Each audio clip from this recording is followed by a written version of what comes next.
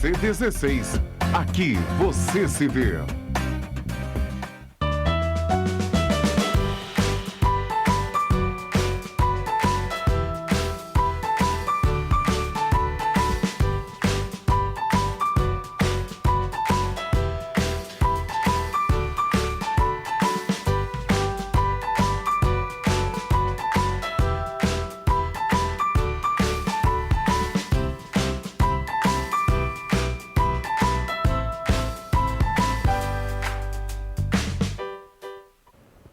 Olá, meu nome é Jéssica Lima e bem-vindos a mais um Nasceu, Bora Cuidar, aqui na TVC, canal 16 em Petrópolis e canal 3 em Três Rios e Paraíba do Sul, com transmissão simultânea pelo site www.tvc16.com.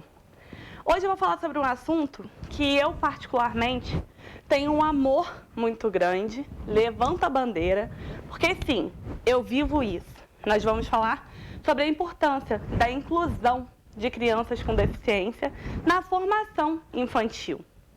Sim, não é só na formação da criança que tem deficiência, mas na construção do ser humano. Se você para olhar, há muito tempo atrás, você não via cadeirantes, crianças com paralisia cerebral, síndrome de Down e por aí vai, entre outras síndromes, doenças raras que limitavam o acesso dessas crianças, você não via crianças desse tipo andando na rua, né? Com essas limitações andando na rua. E não porque não tinha, e sim porque era vergonhoso, era algo que incomodava os outros e as famílias preferiam se resguardar o sentimento dos seus filhos e netos para que eles não sofressem nenhum tipo de agressão visual, auditiva das outras pessoas, por não aceitarem e não compreenderem. Só que a informação é muito importante. Você entender e se colocar no lado do outro e ter mais empatia para receber as pessoas, entender que todos somos iguais, independente das nossas diferenças, limitações ou condições de saúde. Somos iguais na nossa diferença. E nós precisamos receber isso de uma maneira melhor, né? De uma maneira mais receptiva. E isso não vai mudar pegando aquela pessoa de 60, 70 anos, que já tinham seus preconceitos formados, e tentando mudar. É claro que levando a informação, debatendo sobre o assunto, o olhar e o pensamento dessas pessoas podem mudar. Mas quando isso ocorre desde a educação infantil, desde a infância, o olhar daquele ser humano, o posicionamento daquele ser humano é diferente.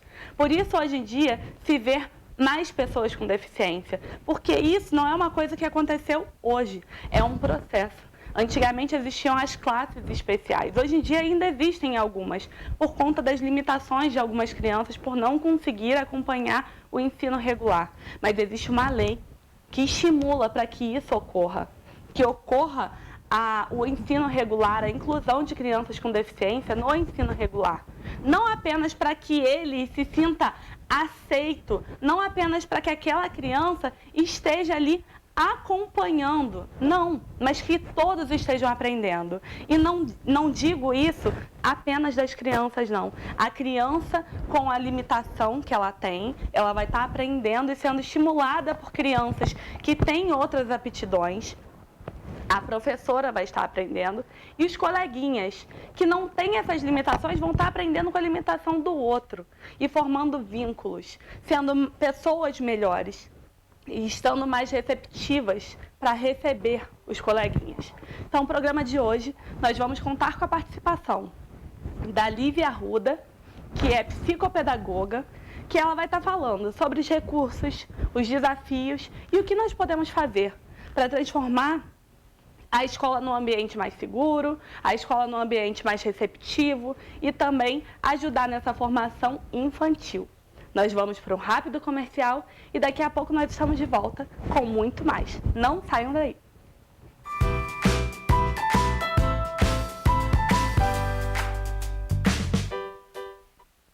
Por detrás do arco-íris, além do horizonte, há uma escola encantada feita pra você, onde um sonho colorido mora atrás do monte.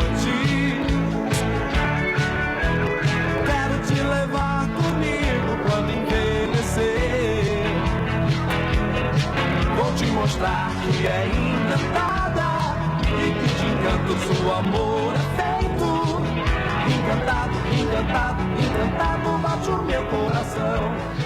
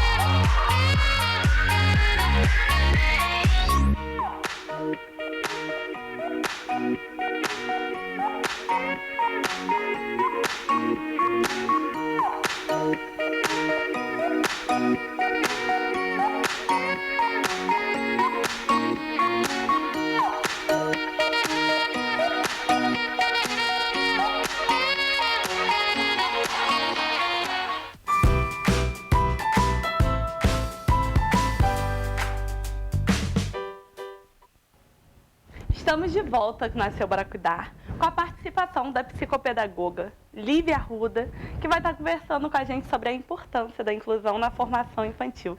Seja bem-vinda, Lívia. Obrigada, Jéssica. Bom dia a todos que estão aí nos assistindo, né?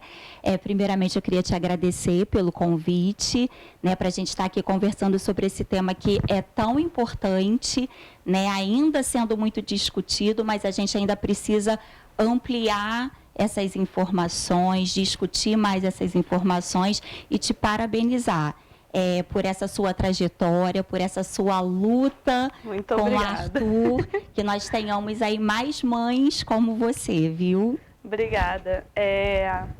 É um assunto que, assim, por ser mãe especial, eu acabo trazendo no programa, eu falo muito isso, que eu sou uma mãe típica e atípica, então consigo trazer os dois olhares. Mas a vida me preparou também para ser mãe especial. Eu tenho uma prima que é mãe especial também, então ela me serviu de exemplo.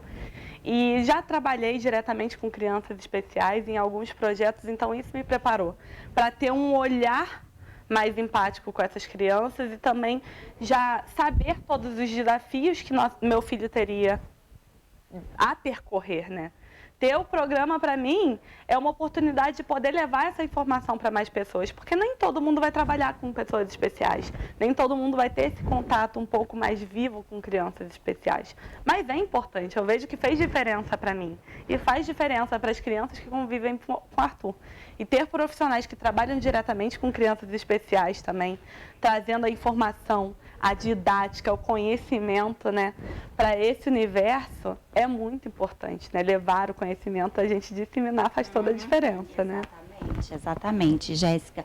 Então, acho assim, se a gente fizer uma reflexão sobre a inclusão no nosso país, a gente consegue aí dimensionar que o Brasil está há uns 30 anos, umas 3 décadas aí nessa militância, né? Com mães como você, lutando para incluir as crianças com algum tipo de necessidade especial dentro dos espaços escolares. Sim. E aí nós temos aí, ao longo desse tempo, algumas leis que vêm garantindo, né, como você falou, a permanência, a inclusão dessas crianças dentro desses espaços. A gente começa relembrando lá em 88, né, com a Constituição Federal, que ela vem dizendo para a gente que a educação é um direito de todos, né? Então, logo depois da Constituição, o sistema educacional do Brasil, ele começou a ser novamente reorganizado. E essas crianças que antes ficavam escondidas em casa, em instituições somente com classes especiais, elas foram sendo inseridas na escola regular. Em 96, veio a LDB, e a LDB ela veio colocando que crianças, né, pessoas com necessidades especiais, deveriam ter esse atendimento preferencialmente nas escolas regulares e em classes comuns. E a LDB também veio propondo uma formação aí diferenciada para os profissionais da educação. O marco mesmo divisor de águas, a gente pode aí se referir ao Plano Nacional de Educação, que na meta 4 ele vem aí ratificando, né, a inclusão dessas crianças nas classes regulares e vem propondo o atendimento educacional especializado, com as salas de recursos, fazendo toda uma modificação nesse cenário, né, na perspectiva da educação inclusiva. E, recentemente, em 2015, a gente vem aí com a LBI, que é a Lei Brasileira de Inclusão, que vem aí, né, direcionando todo esse processo. Então, assim, é importante que, por mais que alguns profissionais, algumas pessoas ainda tenham resistência, nós temos leis que sustentam esse sistema educacional e que essas leis precisam ser cumpridas, né? Sim, isso é muito importante. E essa inclusão, é legal você mostrar esse panorama, né, de como a lei foi se desenvolvendo e influenciando nesse cenário. É importante mostrar que a inclusão não é apenas colocar a criança dentro de sala de aula, mas sim ter um conteúdo adequado a ela e adequar o ambiente àquela criança. Não é pegar, tá bom, a gente precisa incluir, é necessário que essa criança faça parte, né, porque está na lei, mas é só pegar, botar ela ali no cantinho, coloca uma folha no colo e deixa ela lá. Não, é de fato incluir ela na rotina escolar. Perfeita a sua colocação, Jéssica. Existe uma diferença entre integrar e incluir, né? Às vezes a gente ainda se depara com falas que ele está socializando, né? Ele está brincando com um coleguinha. Não. A inclusão, ela se dá de fato quando esse indivíduo, essa criança, esse adolescente, ele participa de tudo da escola, né? Eu posso trabalhar uma leitura e uma interpretação de texto, por exemplo, com a minha turma toda, e se eu tiver uma criança com uma deficiência intelectual, por exemplo, que ainda não adquiriu a habilidade da escrita, ele vai participar desse conteúdo de uma outra forma. A leitura, a interpretação pode ser oral. Eu posso pedir a ele, que ainda não adquiriu essa habilidade da escrita, que ele pinte no texto a resposta, que ele circule no texto a resposta. A gente pode trabalhar inúmeras estratégias, mas a inclusão, de fato, ela só ocorre quando esse indivíduo está participando de todo o processo dentro da escola, e não somente integrado, se socializando, né? Verdade, isso faz muita diferença. E a formação que você falou, que existem formações agora especializadas para que os profissionais estejam, de fato, capacitados para receber uma criança com inclusão, isso faz toda a diferença. Porque acontece de algumas escolas ainda os professores quererem o perfeito, né? O pronto, o fácil de lidar. E quando se deparam com uma criança com alguma necessidade especial, vai pelo atalho, vai pelo caminho mais fácil, não tenta buscar outras alternativas. Eu dou aula de dança. Com crianças típicas mesmo, você tem que estar sempre disposto a buscar novas alternativas. Não é toda criança que aprende do mesmo jeito. E isso é no geral, não é toda criança que aprende do mesmo jeito. Então, você tem que estar preparado para buscar alternativas para atender a todos e para que todos cheguem naquele objetivo. Isso é muito importante. Essa formação, eu sei que tem a formação de psicopedagogia, né, que é uma pós, não é? O psicopedagogo, ele é um terapeuta da aprendizagem, né? Então, o psicopedagogo, ele vai lidar com transtornos de aprendizagem, com crianças com necessidades especiais, mas a gente não tem o foco na dificuldade. Então, aí está a grande diferença do olhar, né? Eu vou voltar também na questão da escola, dessa questão da formação profissional. A lei, a LDB, ela diz que os profissionais, né, os professores, eles têm que ter o curso de pedagogia, e os profissionais que atendem no atendimento educacional especializado, em sala de recursos, ter uma especialização na área da educação especial e inclusiva. Só que assim, Jéssica, você se colocou muito bem quando você disse que uma criança, independente dela ter uma deficiência ou não, ela não aprende no mesmo tempo, ela não aprende da mesma forma. Então, assim, acho que na formação dos profissionais, isso ainda precisa ser muito discutido, né? A gente precisa desconstruir essas informações de que todos são colocados na mesma caixinha, todos aprendem no mesmo tempo? Não. A escola ela é um espaço da diversidade humana, independente de laudo, independente de deficiência, né? Cada criança que está ali, ela é um sujeito único e ela tem que ser respeitada na sua singularidade. Então, assim, é preciso que tenha um olhar atento para a formação desses profissionais, para que essa desconstrução aconteça, né? E quando eu falo na formação dos profissionais, eu não me refiro somente a professor, eu não me refiro somente à equipe gestora, eu estou falando do porteiro que recebe um aluno cadeirante, eu estou falando da merendeira que vai servir a merenda, vai servir o lanche para uma criança com deficiência, do inspetor de disciplina, porque a educação ela é um conjunto. Então, é importante que todos que lidam com essa criança saibam a maneira adequada de estar atendendo, de estar oferecendo um atendimento adequado para esses alunos, né? Então, a formação ela tem que se dar para todos. E eu vou além, que a gente precisa estar incluindo o poder público nisso, né? A gente vê que as políticas para a educação inclusiva muitas vezes ficam na intenção e não na ação. Então, o poder público tem que colocar essas situações em práticas de formação em serviço, assim como a rede privada também precisa estar formando esses profissionais em serviço e trazendo, gente, principalmente esse olhar da habilidade e da potencialidade desse ser, né? Não somente na falta, na impossibilidade e na dificuldade. Eu acho que isso aí é o grande diferencial. Tem que olhar as possibilidades. Possibilidades, né? A potencialidade daquele indivíduo, né? Para que ele seja capaz mesmo de se construir, de assumir aquele papel como um sujeito que é capaz de aprender. Todos nós somos capazes de aprender. A psicopedagogia traz muito isso, debate muito sobre isso, né? A gente acredita que todo mundo é capaz de aprender, né? Bem, eu vou te pedir licença rapidamente, Lívia. Nós vamos para um rápido comercial e daqui a pouco nós estamos de volta com mais Nasceu para Cuidar. Não saiam daí.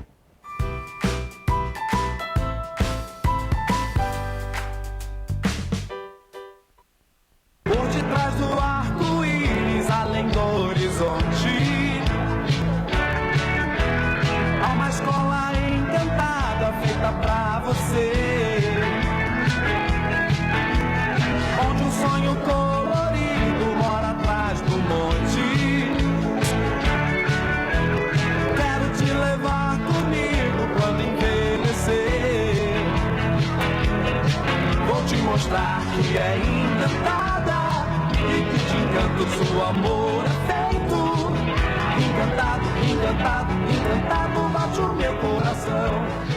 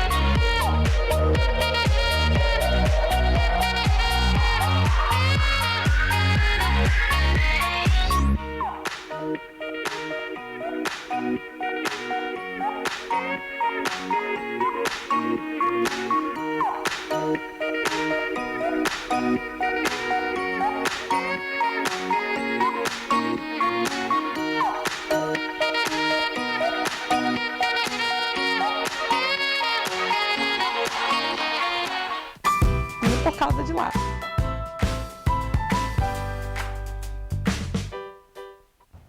Estamos de volta com o Nasceu Bora Cuidar, falando sobre a importância da inclusão na formação infantil. E nós estamos aqui com a psicopedagoga Lívia Arruda, falando sobre esse tema. Bem-vinda novamente, Lívia. Obrigada. No bloco anterior, no finalzinho do bloco, nós comentamos um pouco sobre educação privada e educação pública. E eu queria falar, trazer essa questão do panorama da formação dos profissionais na rede privada e na rede pública. Você sente que tem uma diferença na formação, na estrutural mesmo da escola para receber essas crianças? Olha, Jéssica, eu sou professora da rede pública, né? Mas também atuei bastante tempo na rede privada. A rede pública, ela já caminhou consideravelmente em relação à inclusão escolar. Obviamente que a gente ainda tem muitas dificuldades, nós temos ainda muitas coisas para poder estruturar a nível de adaptação de prédios, né? Petrópolis, nós estávamos comentando aqui que a gente tem uma estrutura arquitetônica que às vezes não favorece para acessibilidade, né? Nós temos prédios que são tombados pelo IPHAN e que muitas vezes uma adaptação não é liberada, retirar uma escada, colocar uma rampa, né? Então, a gente já tem essas dificuldades na estrutura arquitetônica da cidade. Mas Petrópolis, a educação pública municipal, aí ao longo do tempo, eu preciso citar uma pessoa do nosso município, não sei se você conhece, que é a professora Wanda Lúcia Borsato, que foi chefe do Departamento de Educação Especial por muitos anos no nosso município e é uma referência dentro dessa área na cidade. E ela ajudou bastante a construir uma proposta voltada para a educação inclusiva na cidade. Então, a educação pública, realmente, nós temos, né, as salas de recursos em várias escolas do município, nós temos os centros de referência, né? Recentemente foi inaugurado um centro de referência também lá para baixo, se eu não me engano, em Itaipava. Nós temos o CREI, aqui eu sou professora do CREI, que oferece o atendimento educacional especializado para os alunos com alguma necessidade especial no contraturno.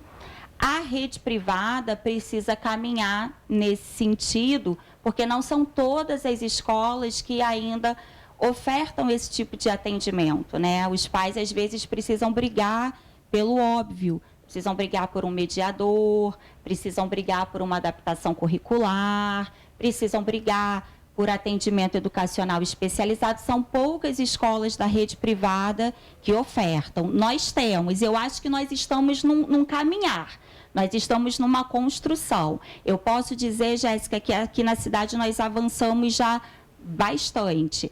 Não está perfeito? Não está, mas nós já demos aí uns passos grandes, posso dizer assim. Isso por vivência, por experiência própria. A gente estava até conversando aqui no intervalo.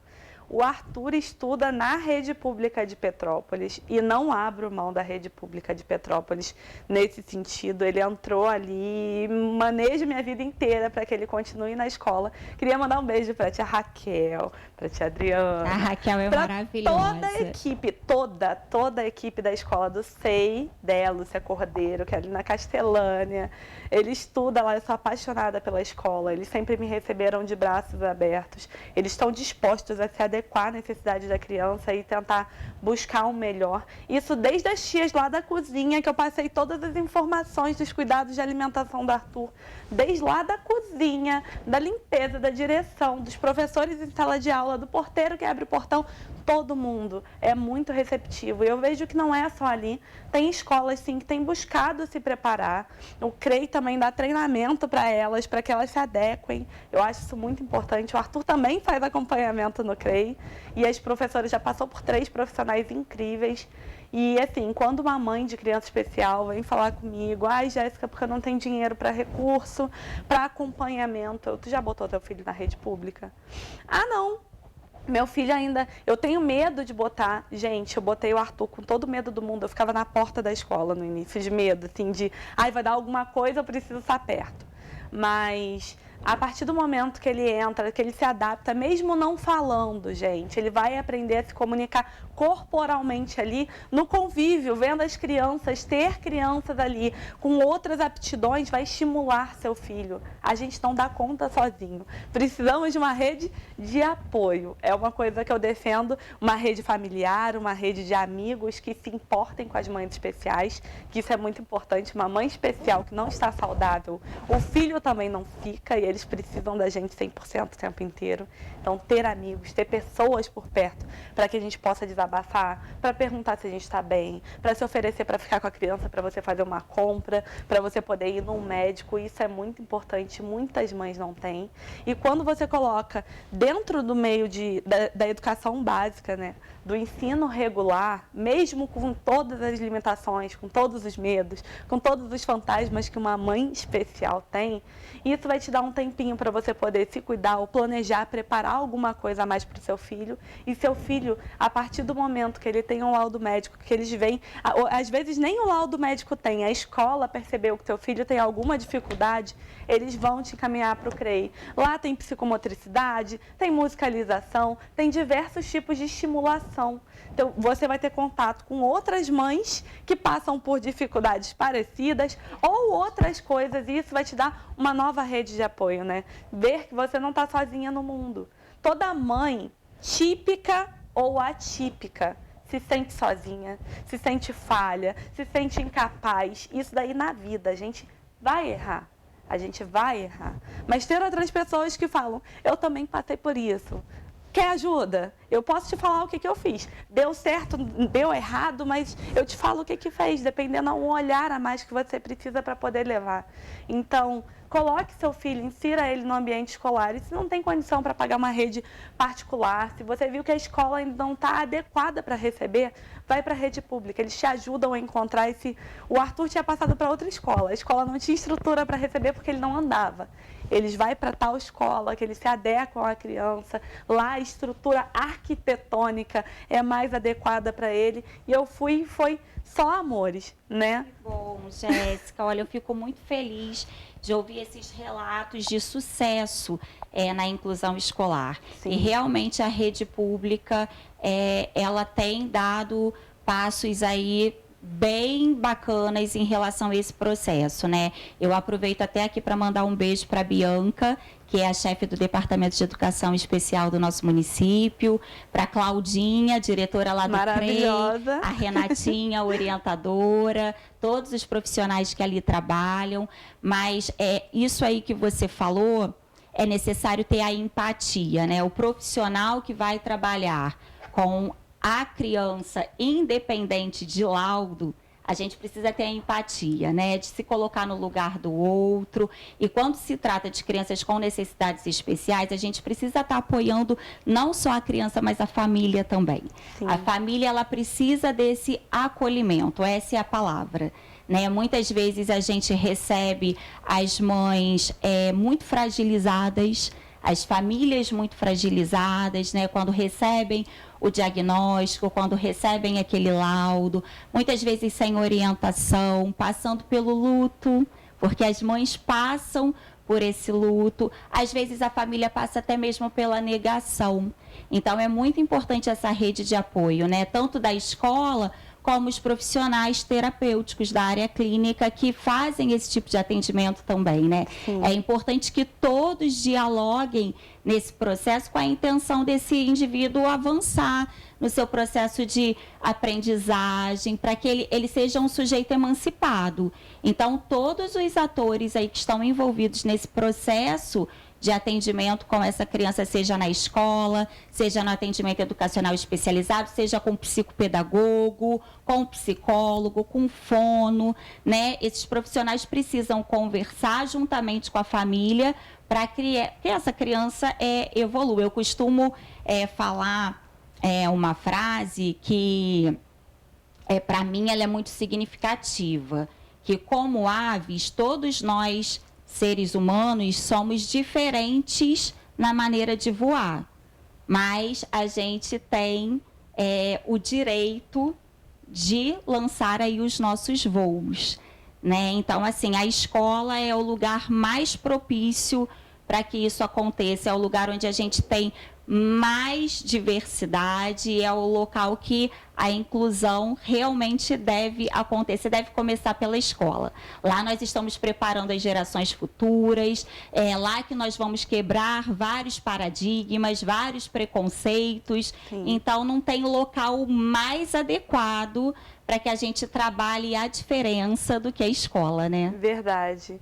Isso é muito importante. Eu vejo que não apenas lá. Eu trabalho na rede privada dando aula de dança e o Arthur vai para as aulas. No início, tinha aquela questão do estranhamento, né? Ai, tia, o que é isso na barriga dele? Ai, tia, o que é esse dodói no pescoço? Hoje em dia as crianças, tia, eu posso levar a cadeira dele? Tia, deixa que eu fico com o Arthur. O Arthur tá agitado? Eu fico com o Arthur aqui um pouquinho.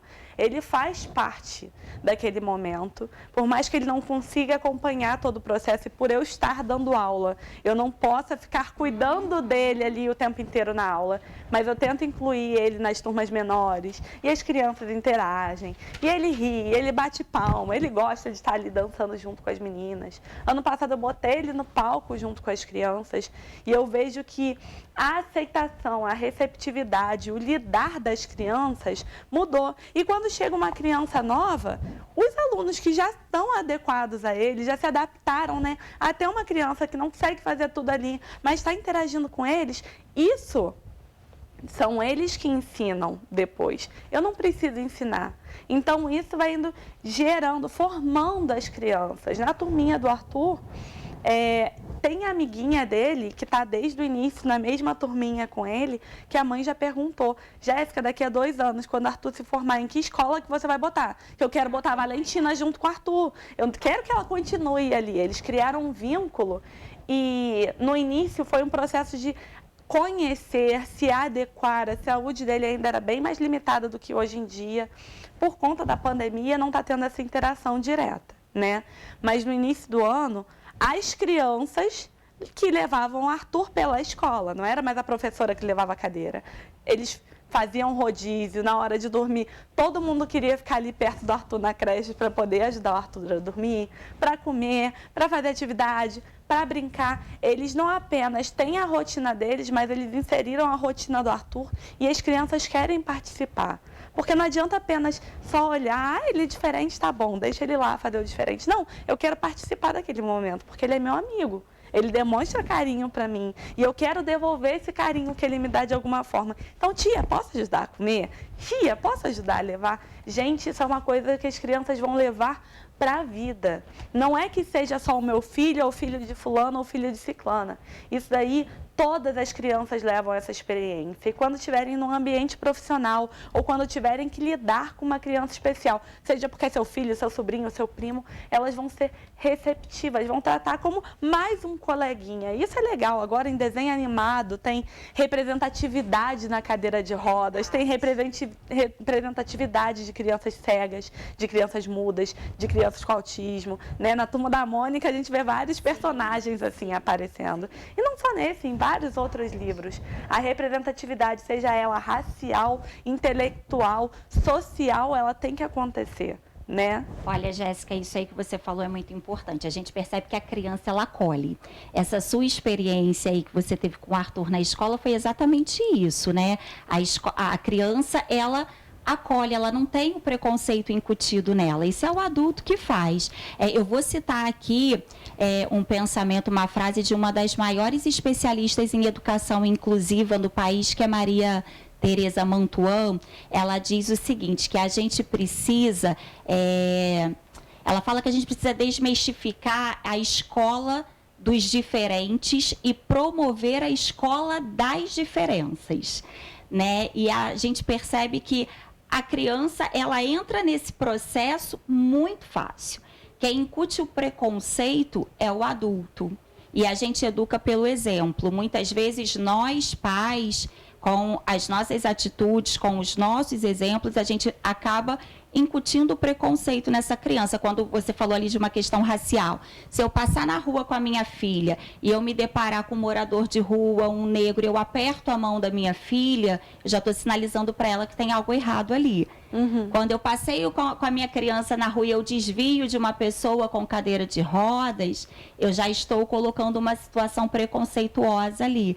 Sim. Então, assim, obviamente que os pais, eles não são os principais responsáveis, né, pela questão do preconceito. A sociedade, as pessoas que a criança convive, acabam favorecendo que isso vai sendo ali incutido, plantado dentro da criança. Mas a gente precisa, enquanto sociedade, enquanto responsável pela formação daquele indivíduo, questionar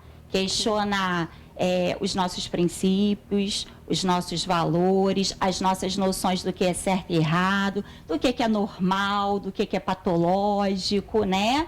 Para a gente poder estar promovendo aí uma sociedade futuramente diferente do que eu vivenciei, do que você vivenciou. E graças aí à sua luta e de várias outras mães e de outros profissionais, a gente, com passos de formiguinha, estamos conseguindo caminhar e ver, né, ter a felicidade de ver aí situações muito positivas, bem-sucedidas nesse âmbito da inclusão, né? Sim, é um caminho assim que a gente ainda continua percorrendo, né? É uma luta que é diária, é constante, ainda tem muito para se alcançar, muitas barreiras, né, que a gente tem que superar em diversos aspectos da inclusão, mas é bom saber que meu filho já tem um certo espaço. É bom saber que os filhos dos outros também têm esse espaço. É bom ver que os pais que têm alguma visibilidade, como eu, se eu tenho alguma visibilidade, independente do tamanho que for, para que eu lute que outras pessoas se identifiquem e conheçam também. É uma pessoa que eu acompanho muito, o Arthur não é autista, mas eu acompanho de perto, é o Marcos Mion, que tem o Romeu, né? Ele luta muito pela causa autista, né? E uma coisa que ele fala, eu falava na UTI, várias mães que eu conheci na UTI, que batalharam junto comigo nos altos e baixos de UTI, a gente falava, diagnóstico não é sentença. E isso é uma coisa que a gente tem que levar para os profissionais. E isso é uma coisa que a gente tem que levar para a população. Porque a partir do momento que você olha para aquela pessoa, você já tem o pré-conceito, você já acha que ela nunca vai conseguir nada, aquela criança, por mais que ela não fale muitas das vezes, ela entende.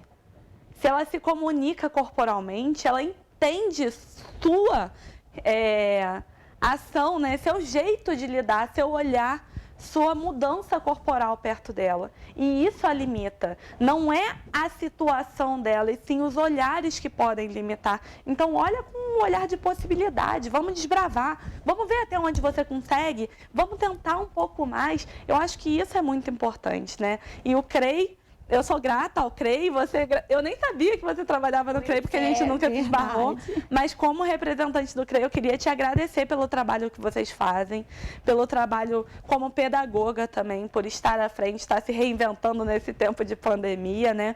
Psicopedagoga ainda por cima, se reinventando para poder atender essas crianças e suas limitações e buscar alternativas. Queria te parabenizar, te agradecer pelo bate-papo. Infelizmente, a gente já estourou, tem um tempão, mas eu acho que é um assunto que a gente precisa abordar, né? Queria que você deixasse uma consideração final, os seus contatos, né? Falasse seus contatos para que o público pudesse te acompanhar. E eu depois vou colocar também no Instagram do programa. Ah, joia.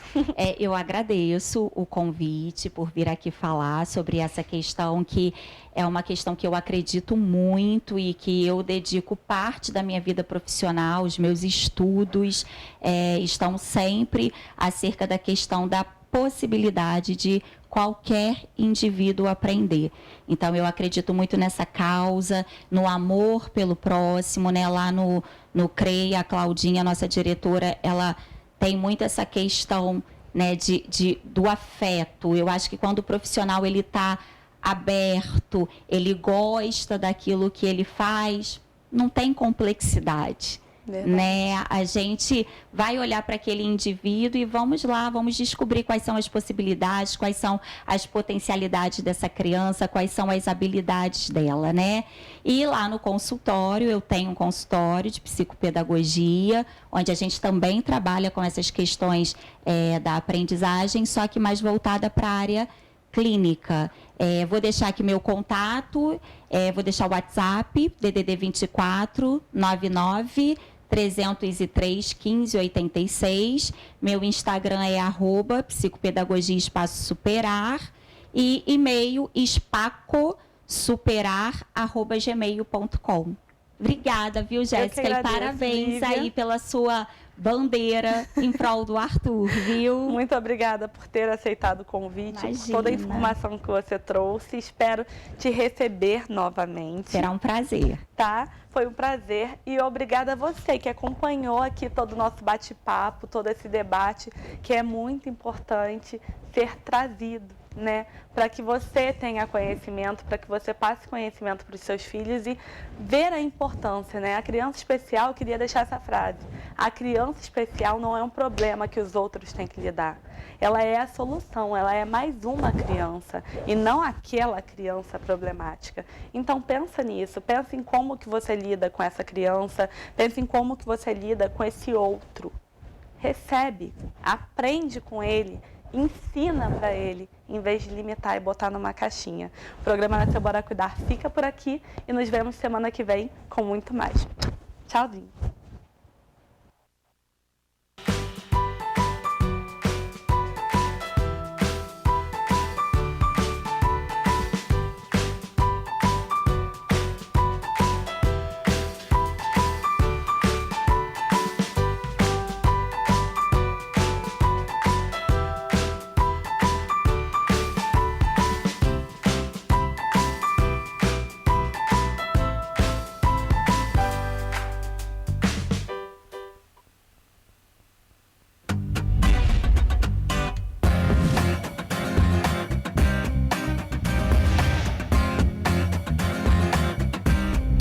TVC 16.